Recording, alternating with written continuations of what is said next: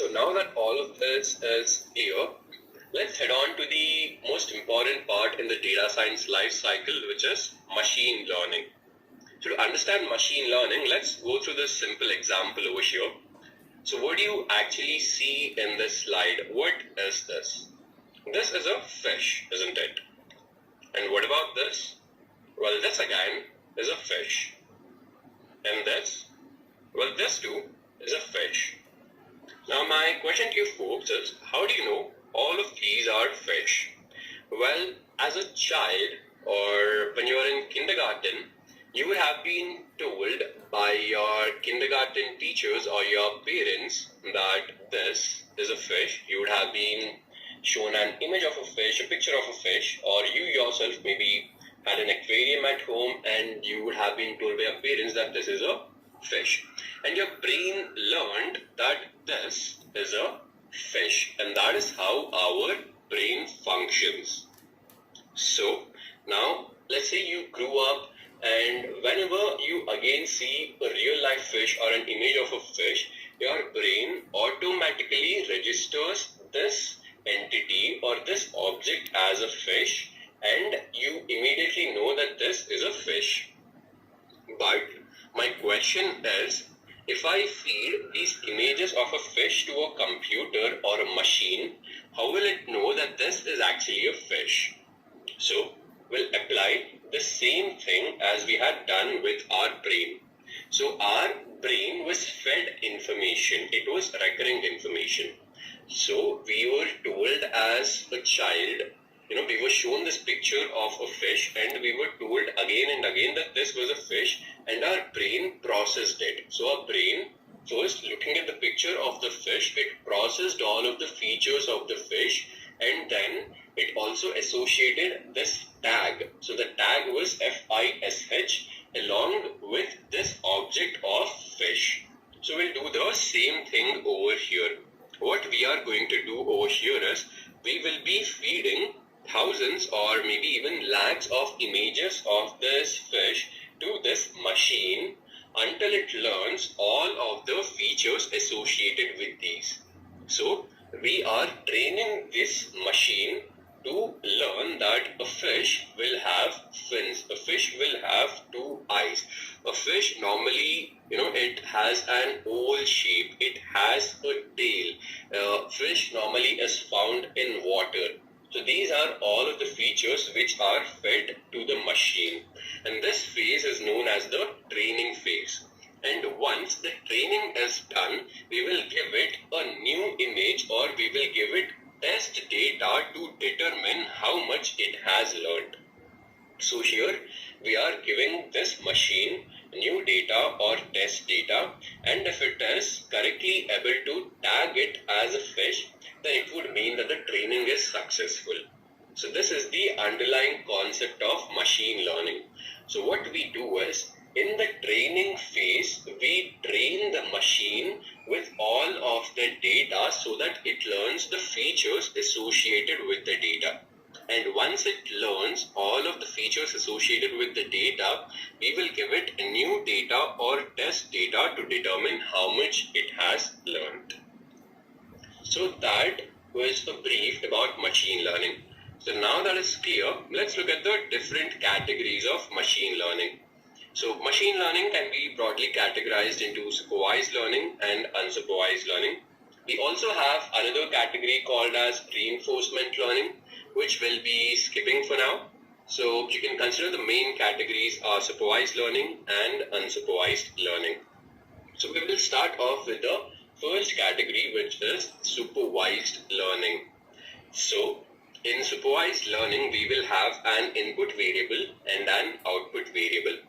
The input variable is denoted with X and the output variable is denoted with Y, and we try to determine how does Y vary with X, or how is Y dependent on X. So this, what you see over here, Y is equal to function of X. This basically means that X is your independent variable and Y is your dependent variable. So the names are very intuitive, isn't it? We call X as the independent variable because this is what influences Y. And since y is dependent on x, we call this as the dependent variable. So this, in supervised learning, just understand that you will have an input variable and an output variable. The input variable is known as the independent variable and the output variable is known as the dependent variable.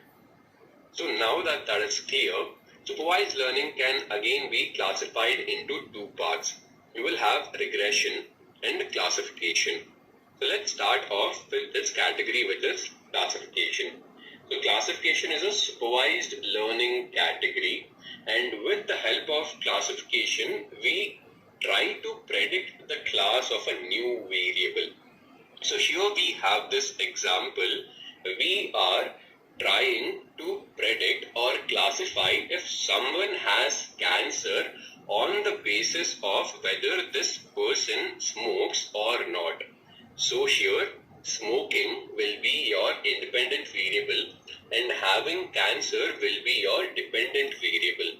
So on the basis of whether the person smokes or not, we will classify this patient as having cancer or not. So here also, when it comes to classification, you would have to remember that your dependent variable is categorical in nature. So when I say the variable is categorical in nature, what I mean is you will have different categories. So either this could be a binary classification or it could be a multi-layered classification. So here what we are doing is just a simple binary classification. So in binary classification, you just have yes and no, 0 and 1. You basically have only two categories, either this or this. So here, consider that you have maybe around a list of 1,000 patients and you have a column which will tell you whether this person smokes or not. So that column has only two levels, which is yes or no, which is for whether the patient smokes or not. And on the basis of that, you are trying to classify whether this person has cancer or not. So this is an example of classification, which is a supervised learning algorithm. Then going ahead, we will have regression. So regression is used to estimate the relationship between different entities. So since again this is a supervised learning algorithm, you will again have a dependent variable and the independent variable, and will basically try to understand the relationship between the dependent variable and the independent variable. So under regression, we have this technique called as linear regression. And in linear regression, you have to keep in mind that your dependent variable should be a continuous numerical. So this is where you will have the difference between a classification algorithm and the linear regression algorithm.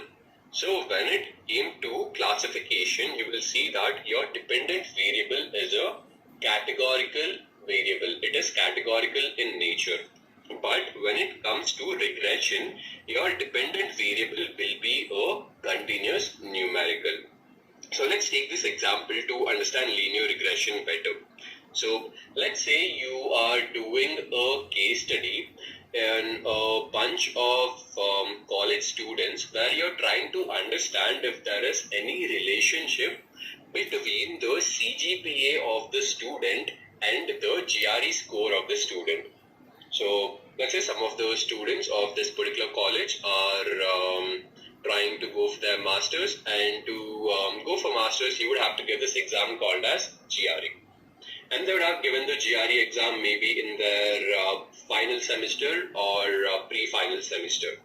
So here you have two variables. Your dependent variable would be your GRE score and your independent variable would be your CGPA, because I am trying to predict the GRE score of the student on the basis of the CGPA.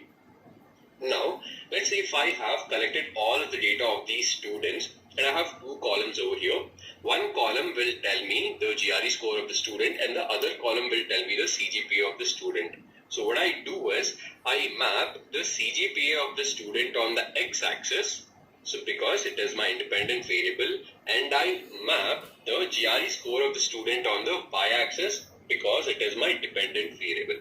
And if I plot all the points, I will get this straight line. So this tells me that there is a linear relationship between the GRE score of the student and the CGPA of the student, which basically means that if the student has higher CGPA, it is more likely that he will also get a high GRE score.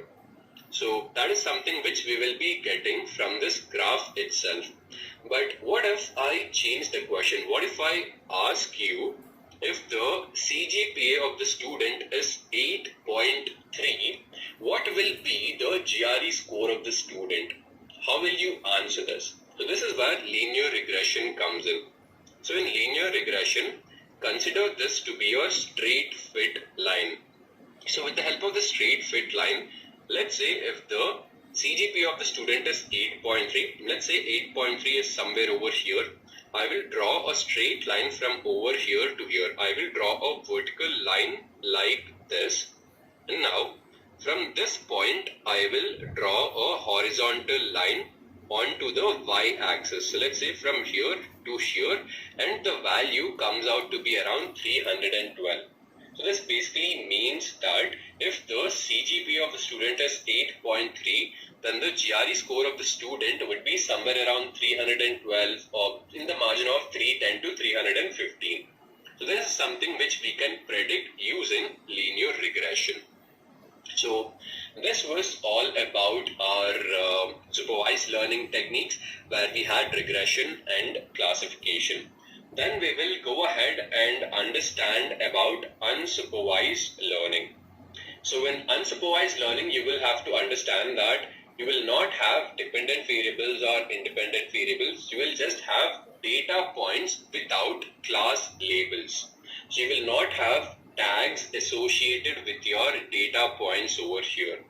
So in this particular example, we have all of the data points where we have cars and bicycles together without the label. Just consider that we have the images of cars and images of bicycles, but we do not have the tag associated with it. So when I say we don't have the tag, so we will not have a label which will tell you that this is a car or this is a bicycle. So now what we will do is we will go ahead and build an unsupervised learning algorithm on top of this data. And when we build this unsupervised learning algorithm on top of this data, this algorithm automatically divides this data into two clusters. The first cluster comprises of all of the cars, and the second cluster comprises of all of the bicycles.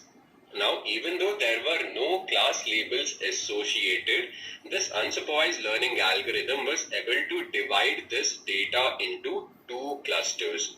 And this was possible because an unsupervised learning algorithm helps you to understand the underlying structure of the data.